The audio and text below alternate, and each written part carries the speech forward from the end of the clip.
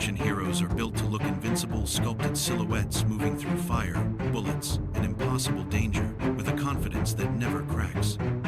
But the myth of the action star is only half the story. Beneath the polished trailers and perfectly choreographed stunts lies a quieter, far more human truth. Some of the actors who shaped the genre's most unforgettable films secretly hated the roles that made them famous. They stepped onto set each day carrying doubts they couldn't voice, frustrations buried behind contracted smiles, and the unspoken fear that the world would never understand what those roles cost them. Studios worked relentlessly to present these performances as effortless triumphs. Entire marketing machines spun narratives of passion, unity, and creative vision.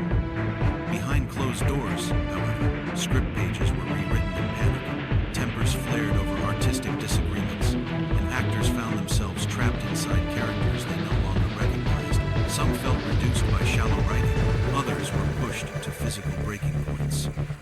Many became symbols of franchises they wished they could escape.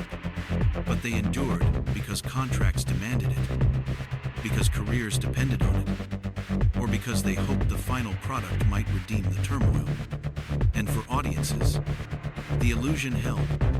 Viewers saw swagger, strength, and charisma. What they didn't see were the sleepless nights, the mounting injuries, the emotional exhaustion, or the private admissions whispered only to trusted confidants. Tonight, we open that sealed door. We trace the hidden stories of 15 action films that thrilled the world while quietly straining the actors at their core. These are the performances shaped not only by skill, but by disillusionment, resentment, and the complicated reality of fame. As we step behind the curtain, you may find that the toughest battles these stars fought weren't on screen but within themselves. Fact 1. Blade. Trinity. 2004. Wesley Snipes, and the role that slipped out of his control. From the moment cameras rolled on Blade, Trinity, Wesley Snipes felt the franchise he had carried for years slipping away from him. What should have been a triumphant continuation of his defining role instead became a slow unraveling of everything he believed Blade represented. The tone shifted toward humor. The narrative spotlight drifted to new characters, and Snipes sensed his creative influence eroding day by day. Blade, once a sharp, disciplined, brooding anti-hero, was suddenly being reshaped into a vehicle for a different kind of film. One that didn't reflect the world he had helped build. Tension on set grew quickly. Snipes, frustrated by what he saw as a betrayal of the character's identity, withdrew into silence, communicating through short notes and keeping interactions minimal. Cast and crew described an atmosphere where every creative disagreement widened the gap between Snipes and the production. Scenes built for comedic beats clashed with his vision of a darker, more focused narrative. To him, the shift wasn't merely a creative choice, it was a dismantling of the franchise's foundation. Disputes intensified between Snipes and the director, each pushing in different directions for who Blade should be. As the conflict escalated, Snipes refused certain takes he believed contradicted the essence of the character, leading to the increased use of body doubles and visual effects. What audiences eventually saw on screen, a composed, lethal warrior, was often the product of careful editing rather than harmony on set. The film's outward appearance masked the behind-the-scenes fractures that never healed. When Blade, Trinity finally premiered, Snipes distanced himself almost immediately. To viewers, it was another chapter in a beloved franchise. To Snipes, it was the moment he lost control of the character. He had poured himself into a role reshaped without him, leaving behind the lingering sense that Blade had been taken in a direction he never wanted. Fact 2.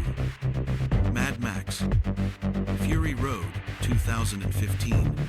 Tom Hardy and the chaos he couldn't see through.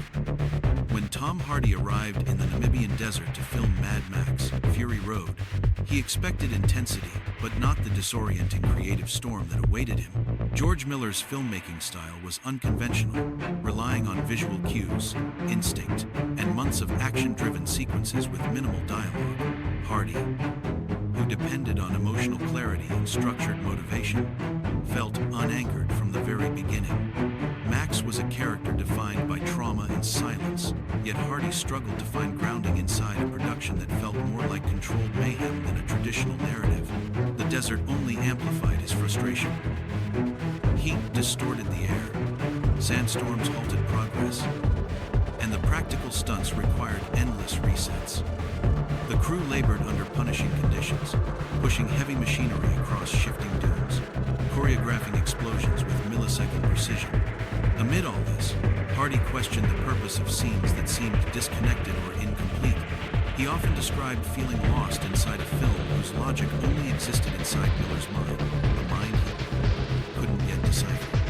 His tension with Charlize Theron further complicated the atmosphere. Furiosa's story emerged as the emotional core of the film, leaving Hardy uncertain about Max's role. Their off-screen friction added raw authenticity to their on-screen dynamic, but it also deepened Hardy's sense of isolation. Crew members later recalled moments where Hardy openly doubted whether the movie made sense at all. He worried it would collapse under its own ambition, becoming a visual spectacle with no emotional spine. But when the film premiered, Hardy was stunned by its brilliance, the orchestration, the imagery, the emotional undercurrents. All the pieces he couldn't see during production locked together with breathtaking precision. He publicly apologized to Miller, admitting he hadn't understood the vision until witnessing the finished work. Audiences saw a fierce, haunted wanderer surviving a world of madness. Hardy remembered confusion, tension, and the humbling realization that sometimes the storm only makes sense once it's over. Fact 3. The Bourne Ultimatum, 2007. Matt Damon and the script that nearly derailed everything. Before filming began on The Bourne Ultimatum, Matt Damon found himself staring at a script he described as unusable, a tangled draft lacking structure, clarity, or emotional direction. For an actor who valued intelligence and authenticity in the Bourne franchise, the pages felt like a betrayal. Damon had built Jason Bourne into a thoughtful, wounded figure, yet this script threatened to reduce him to a hollow action construct. His disappointment was so severe that he nearly abandoned the project entirely. Writers scrambled to salvage the story, generating new pages at a frantic pace. Damon often received rewrites only hours before shooting, leaving him to navigate psychological beats without time to internalize them. The shifting motivations and incomplete arcs forced him to lean on instinct rather than preparation. Tension rippled through the set as Damon voiced concerns about losing what made the character compelling. He felt the franchise's integrity was at stake, and he bore the weight of that responsibility. Despite the script turmoil, the physical demands never eased. Damon sprinted across rooftops, endured brutal fight choreography, and performed sequences requiring razor-sharp timing. Yet the emotional chaos behind the scenes drained him more than the stunts. He feared audiences would sense the instability that the film would expose fractures in a character he had spent years shaping. His frustration with the production, particularly with the original draft, became one of the most intense creative conflicts of his career. But as editing refined the narrative and the film finally took shape, Damon saw the fractured pieces align. The finished product became a critical triumph, praised for its urgency and emotional depth. Still, Damon remembered the turmoil behind every frame, the sleepless nights, the constant rewrites, and the fear that Bourne's journey would collapse under its own weight. For viewers, it was Bourne at his most relentless. For Damon, it was the role that pushed him to the brink. Fact 4. Batman v Superman, 2016. Ben Affleck and the cowl that became too heavy. When Ben Affleck stepped into the role of Batman, he hoped to bring emotional depth and a fresh perspective to The Dark Knight. But the backlash began instantly. Before filming even started, fans flooded the internet with disbelief. Petitions circulated demanding his removal, and late-night hosts mocked the announcement relentlessly. Affleck tried to stay composed, yet the hostilities seeped into his preparation, creating a sense of dread beneath the excitement. The role he once viewed as an artistic opportunity quickly became a symbol of overwhelming public expectation. On set, the challenges intensified. The batsuit, massive, rigid, and suffocating, demanded grueling endurance. Long hours under intense lighting left him drained, while a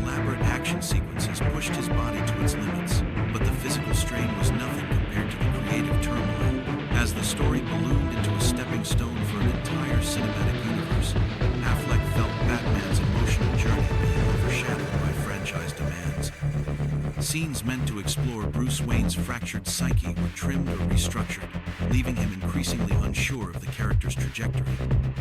Then came the promotional tour. A single interview clip went viral, Affleck staring downward in exhausted silence as criticism of the film echoed around him. The internet dubbed it Sad Affleck, turning his private fatigue into a global punchline. Behind that quiet expression was a man fighting battles the world couldn't see. Affleck later admitted that the relentless pressure and the volatile production fed directly into his struggles with alcoholism, marking this period as one of the darkest chapters of his life. While his performance as Batman was widely praised for its intensity and gravitas, the experience left deep emotional scars.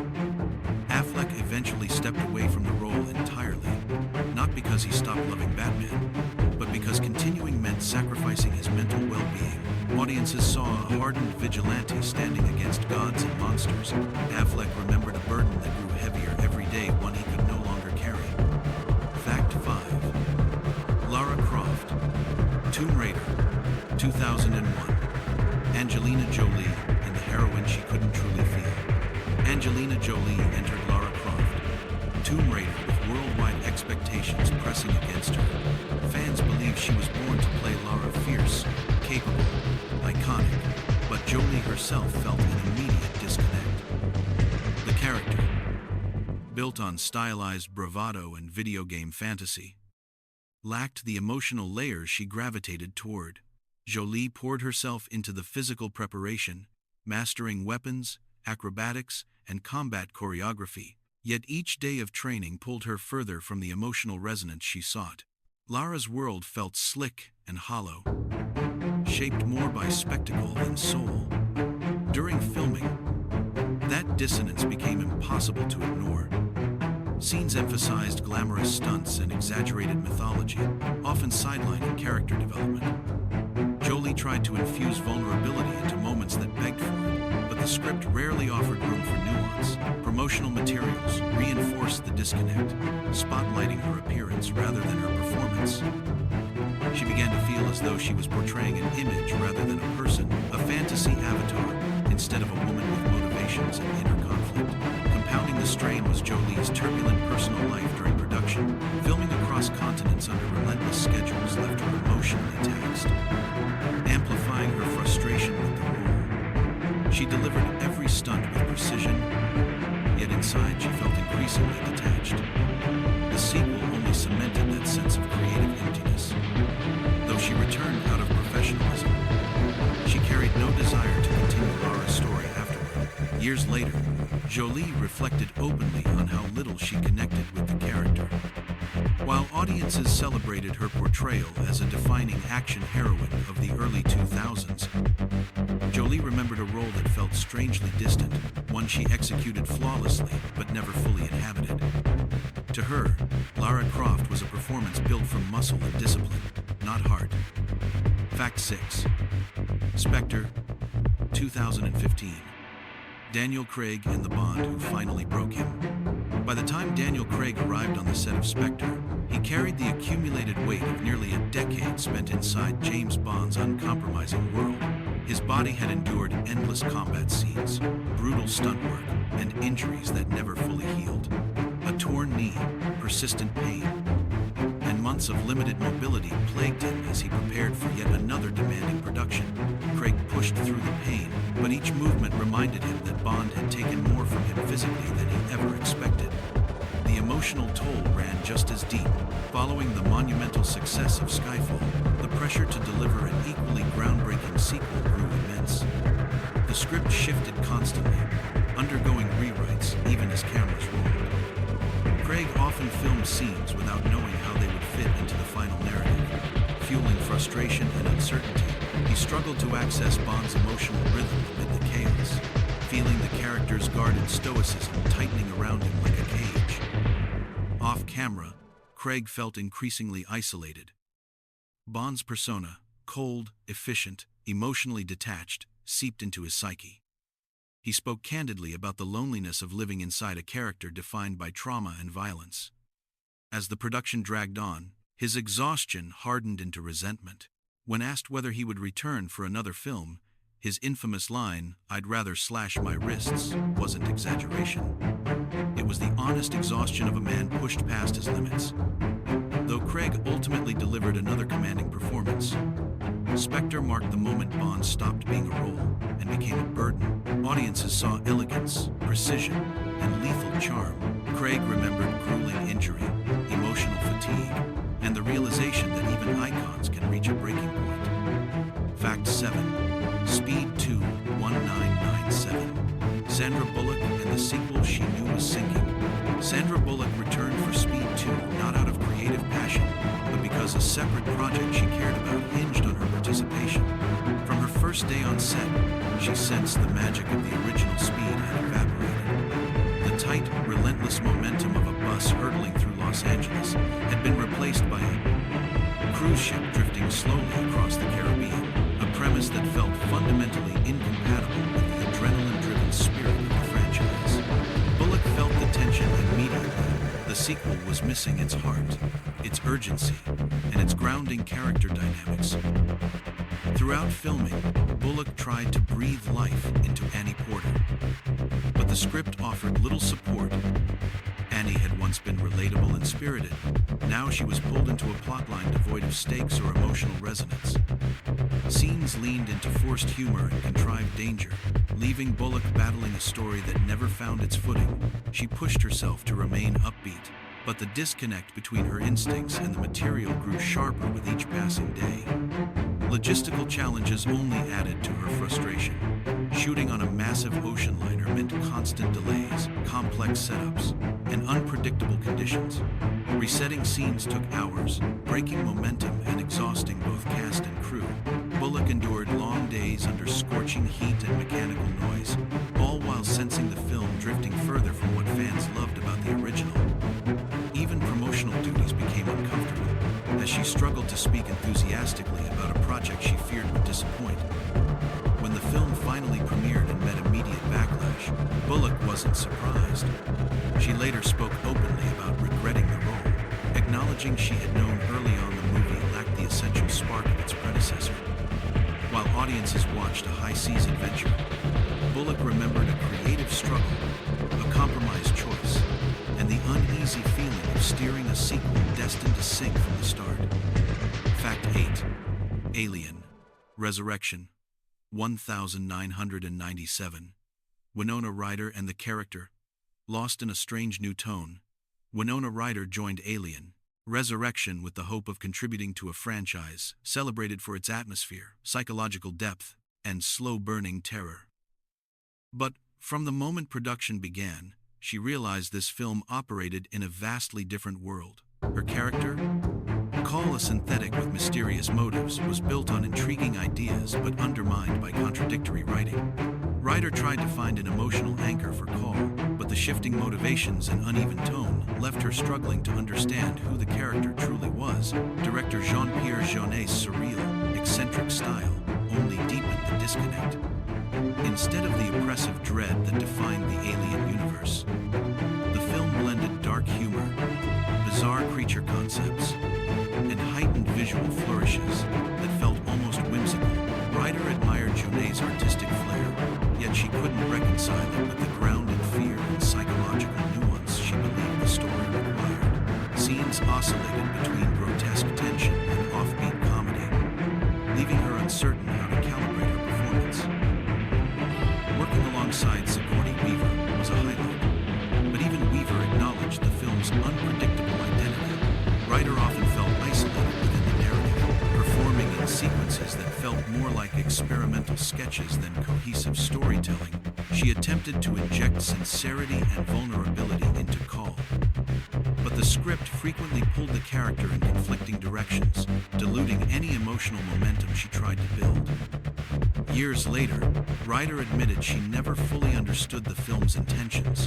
While some fans now view Alien Resurrection as a cult oddity, she remembered it as one of the most confusing creative experiences of her career.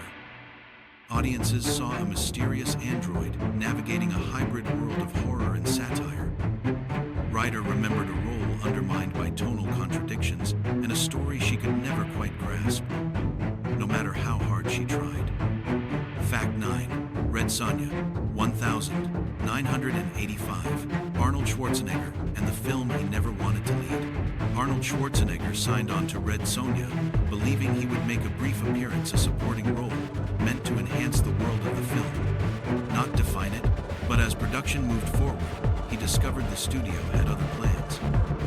With his star power rapidly rising after Conan, executives expanded his role significantly, reshaping the narrative so he became an unofficial co-lead. Schwarzenegger felt blindsided, realizing he was now the face of a movie he had never intended to carry. The production itself left him increasingly disillusioned. Sets lacked the grandeur of the Conan films. Action choreography felt awkward and unrefined, and the dialogue came across as stiff and outdated. Schwarzenegger, who was working hard to refine his craft and evolve as an actor, felt Red Sonja dragged him backward into territory that did not match his aspirations. He attempted to elevate scenes with sincerity, but the tonal inconsistency and limited direction made that effort nearly impossible. Behind the scenes, Schwarzenegger expressed frustration through humor, but the irritation was real. He joked later that the film was so bad he used it as punishment for his children, a playful remark masking genuine regret. The shoot was long, creatively unfulfilling, and filled with moments that confirmed his fear that the movie simply wasn't working. The combination of being unexpectedly thrust into a leading role and feeling powerless to influence the film's quality left him resentful of the entire experience. When Red Sonja was released to weak reviews and disappointing reception, Schwarzenegger distanced himself quickly. Over time, the film gained a small camp following, but he never softened his stance. Audiences saw a sword-wielding hero standing beside a fierce warrior. Schwarzenegger remembered frustration, creative misalignment, and the uncomfortable realization that he had become the centerpiece of a film he never wanted to lead. Fact 10. The Mummy, 2017. Tom Cruise and the universe that crumbled around him. Tom Cruise entered The Mummy with a sense of responsibility heavier than any stunt he would perform. Universal had chosen him as the cornerstone of its ambitious, dark universe, a cinematic world meant to resurrect classic monsters for modern audiences. But from the earliest stages, Cruise saw the warning signs.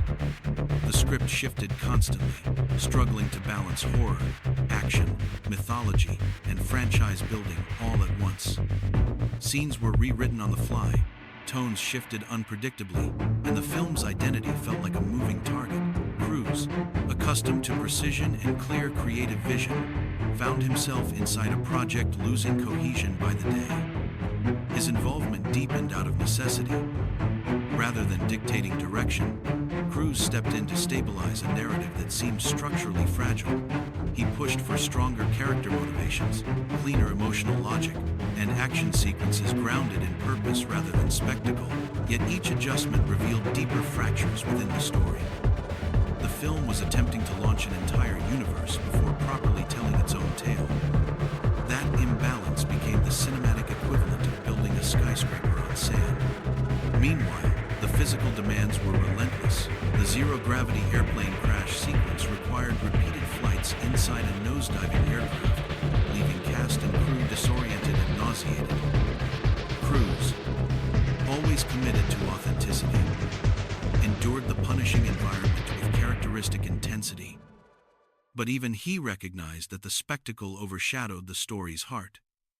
He performed through exhaustion, yet the project's creative uncertainty gnawed at him more than any stunt could. When The Mummy finally premiered and collapsed under critical scrutiny, Cruise bore the brunt of the fallout.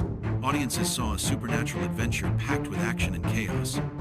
Cruise remembered a film constructed on unstable ground, a universe that imploded before it could begin, and a role he carried with determination even as the foundation crumbled beneath him.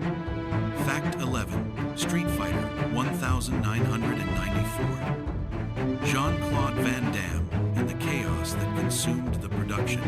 Jean-Claude Van Damme joined Street Fighter, expecting a stylized but grounded action film rooted in martial arts.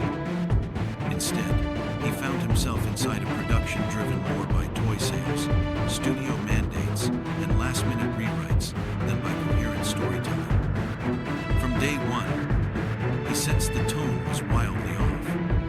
Instead of tight, impactful combat rooted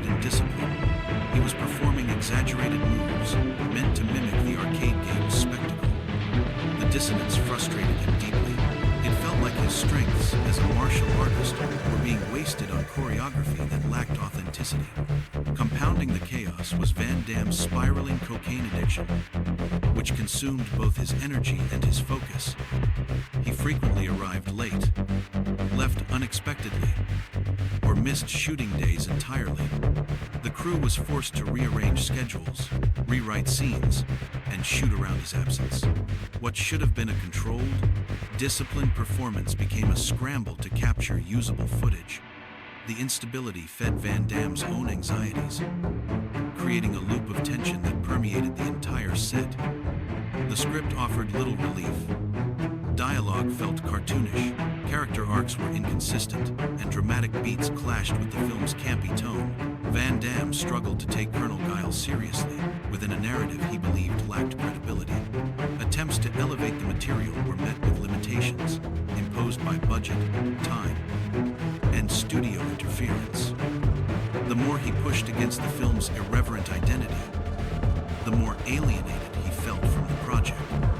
Years later, Van Damme openly acknowledged Street Fighter as one of the most turbulent periods of his career. Audiences saw bright costumes, stylized battles, and a charismatic military hero. Van Damme remembered addiction, exhaustion, and a production spiraling far from the film he thought he had signed up for. Fact 12. Judge Dredd, 1995. Sylvester Stallone and the adaptation that lost its way. Sylvester Stallone approached Judge Dredd with genuine enthusiasm for the comic's dark, dystopian world. He admired its moral complexity and the stark, oppressive society that shaped its iconic lawmen. But as production unfolded, he soon realized the studio intended something entirely different. Instead of embracing the comic's gritty intensity, executives pushed for a lighter, more comedic tone they believed would appeal to a broader audience. The tonal shift clashed violently with the source material's identity, leaving Stallone frustrated and increasingly doubtful of the movie's direction. One creative choice became the centerpiece of controversy, removing the helmet. In the comics, Judge Dredd never reveals his face, a principle treated as essential to the character's mystique. Stallone believed audiences needed to see the actor, but the decision alienated fans and highlighted the ideological divide at the heart of the adaptation. As filming progressed, the narrative grew more muddled, bouncing between grim action and awkward humor. Unable to commit to either, Stallone tried to steer the film towards seriousness, raising concerns about dialogue, plot logic, and character tone. But the competing creative visions rendered his efforts ineffective. Supporting characters were played with exaggerated flamboyance, undermining the world's intended brutality. Action sequences lacked the sharp thematic weight Stallone envisioned. Instead of a morally complex dystopia, he found himself in a hybrid universe that felt neither dramatic nor comedic. After the film's release, Stallone spoke candidly about his disappointment, acknowledging that the adaptation betrayed the essence of the character he had hoped to honor. Audiences saw futuristic chaos and explosive action. Stallone remembered compromise, confusion, and a missed opportunity to bring one of comics' most fascinating anti-heroes to life with the weight he deserved. Fact 13.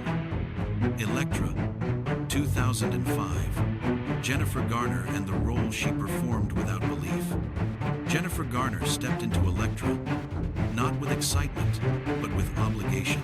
Bound by a contractual clause from Daredevil, she found herself leading a film she never chose, one built on a script that shifted constantly and lacked the emotional backbone she needed to connect with the character. Elektra, known in the comics for her tragic complexity, was here reimagined through fragmented mythology, uneven motivations, and mystical elements that seldom aligned. From the beginning, Garner sensed she was entering a project without a clear identity. Still, she committed fully to the physical demands. Long hours of martial arts training, technique drills, and intense conditioning became her daily rhythm. She hoped that embodying Elektra on a physical level might unlock the character's emotional layers. But the deeper she went, the more she realized the script offered no stable foundation. Scenes contradicted previous character beats. Emotional arcs started and vanished. Supporting characters drifted in and out without meaningful connection. Garner pushed for clarity, but the story remained disjointed. Production itself magnified the creative strain. Constant rewrites forced her to adapt on the fly, leaving little room to build Elektra's psychological journey. Weather disruptions and reshoots stretched the schedule, wearing down the cast and crew. Garner maintained professionalism, but those close to the film later described a quiet disappointment beneath her disciplined exterior. She was giving everything to a character the script didn't know how to honor. After the film's release, Garner admitted openly that Elektra was not a role she would have chosen had she been free. Fans saw a deadly assassin navigating a supernatural battlefield. Garner remembered a role defined by compromise, frustration, and the sinking realization that no amount of dedication could compensate for a story that never understood its own heroine. Fact 14.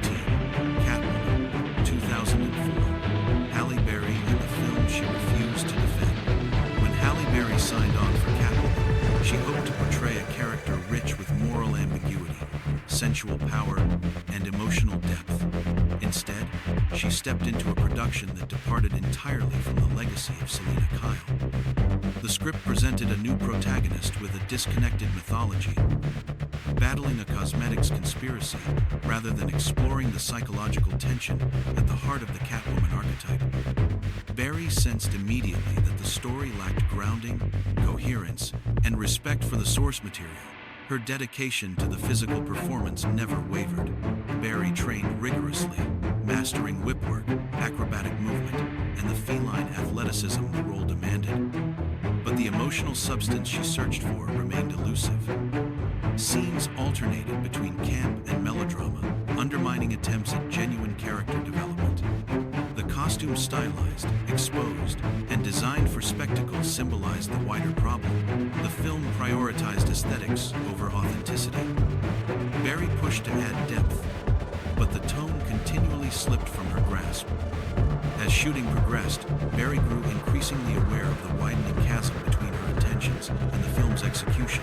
Dialogue felt hollow, motivations thin, and set pieces exaggerated beyond credibility.